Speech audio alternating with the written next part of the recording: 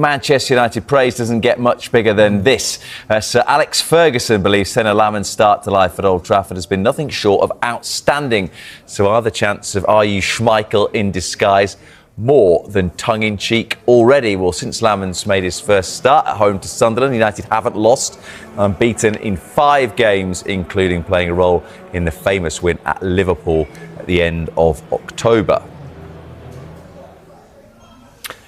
Well, the manager has, Sir Alex Ferguson has said this. The manager has had some good signs, particularly the goalkeeper has been outstanding. He's only played 3 or 4 games and he's looking really good. Of course, Mbeumo and Cunha, they've added to it.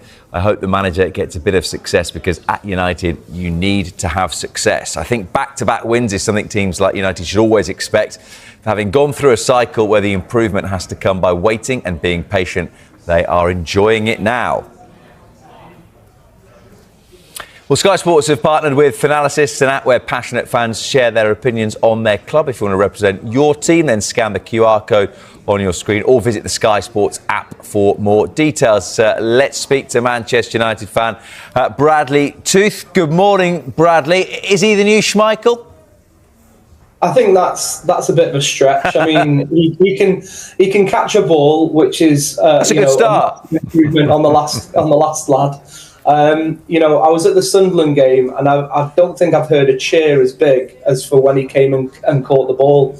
And it settles the defence. And that's what we've been missing for a long time. Just a steady Eddie who can catch, distribute well and not look for the headlines, Bradley, I did that game, the Sunderland game, and he relieves pressure. He comes quick and he's a big boy and he takes it at the highest point. I think the manager's done very well with him, Ruben Amorim, because he told him not to play out ponderously around the penalty area like Onana was doing. He can play off both feet. He can play long, left foot, right foot. He gets it forward earlier. I think it takes the pressure off of the goalkeeper just to do what he's good at. Do you not agree? Yeah, I completely agree. I think it's a good point. The speed of his distribution compared to what Onana's has been is massive. Is a massive improvement because it just allows us to get the ball up the pitch quicker. It's less ponderous at the back, holding on to the ball, and it immediately puts the opposition under pressure. You see in the games that we played with him in, it just, especially when Sesko's in, Sesko's getting the flick-ons, and it's been a good tactic. And his percentages are quite good for the amount of long balls he's hit as well, but it is very early days. I'm sure, like Ruben says, there'll be another storm coming because we're not getting too carried away. But it's nice to see a signing work out, and he wasn't that much money, but he seems to have his head on his shoulders, which is good. Is that the thing when you say about not getting carried away, Bradley? That actually the main positive is he's not Onana and Bayindir, and that Man United fans were so underwhelmed by those two that almost anyone who came in with any sort of pedigree and the confidence to get through that first game against Sunderland, United fans were going to love. I'm sure that United fans don't think he's anywhere near the next Schmeichel at the moment, but he's better than the last two by quite some distance. Yeah, by quite some distance, but to look at the other two, it's really hard to judge them with a Manchester United lens of old. We have to look at it through the current landscape, right? And Onana came in when we've not been really successful. He didn't have a great defence around him. Yeah. The management wasn't perfect. The expectations were high. The fee was bigger than what he can't control the fee. And then he makes a few mistakes early doors and he never really recovers. Yeah. In a good dressing room and a good environment, that stuff doesn't happen. There's no doubt that there's a good goalkeeper there. He proved it at Inter. But, the toxicity around him in the end, it was sad to see. And the club made the right decision in moving him on. And actually, it didn't look like we were going to get Lammens in the summer. I think we started the season with Bayindir and goal, and then we acted quite quickly, which is not something that we've done over the last few years. So it's positive signs from the club. Put those 3 signings then in order of how impressed you've been so far out of Cunha and Mbeumo and Lammens. What would be the 1, 2, 3 in order? I think number one's got to be Mbeumo because he's a delight to watch.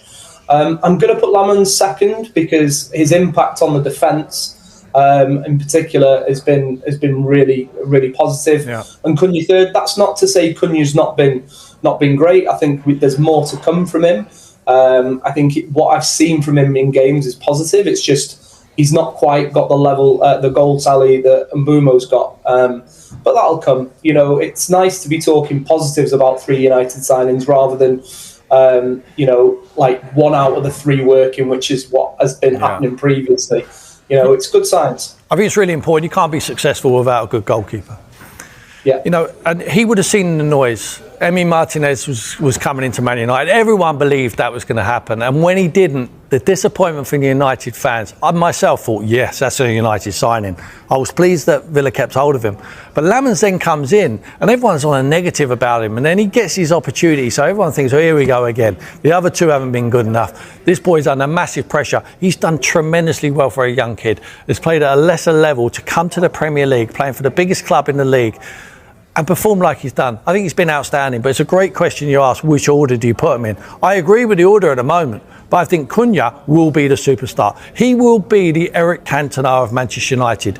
When he gets better players around him, if the manager gets the opportunity to continue the building process in January and next summer, I think Cunha, longevity, he's the icing on the cake. For me, he has that sprinkle of stardust. What he seems to have in terms of the sprinkle, Bradley, is that, pardon the pun, a bit of devil about him that we talked a lot last week on Sky Sports News about Wirtz, and it may be feeling like at Liverpool the shirt weighs quite heavy on him, whereas Cunha has got that spike to his game where he's actually absolutely loving being a Man United player. Swagger. And bit of swagger and enjoys wearing the shirt and being a big name at a massive club.